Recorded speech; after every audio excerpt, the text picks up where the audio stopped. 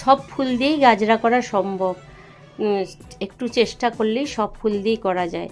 এই ফুলগুলো তোমাদের প্রথমেই দেখিয়ে নিলাম। তারপরে ওই নারকোলের যে কাঠিগুলো হয় মাঝখানের ওইটা নরম অংশটা একটুখানি দেখে নিতে হবে কোন দিকে নরম আছে।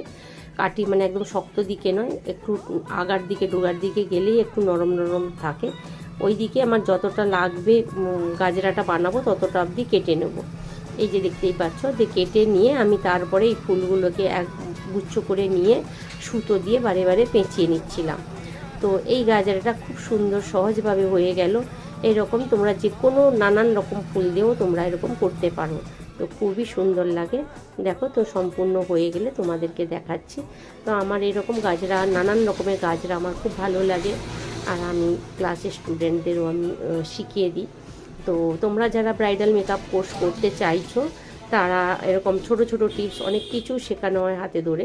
তো তোমরা যদি কেউ এরকম শিখতে চাও, ব্রাইডাল মেকআপ কোর্স করতে চাও, তাহলে স্ক্রিনে দেওয়া নাম্বার থেকে তোমরা কন্ট্যাক্ট করবে।